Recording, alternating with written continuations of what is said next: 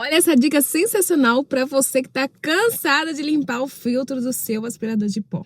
Você vai pegar uma touca de TNT, né? Vai envolver ali no filtro, né? Aqui ela tá mostrando a dificuldade que a gente leva para limpar e tudo. Aí você vai cortar o elástico dela, vai envolver a touca no filtro e você nunca mais vai precisar limpar o filtro do seu aspirador de pó. Essa dica é sensacional. Me segue para mais dicas. Beijos!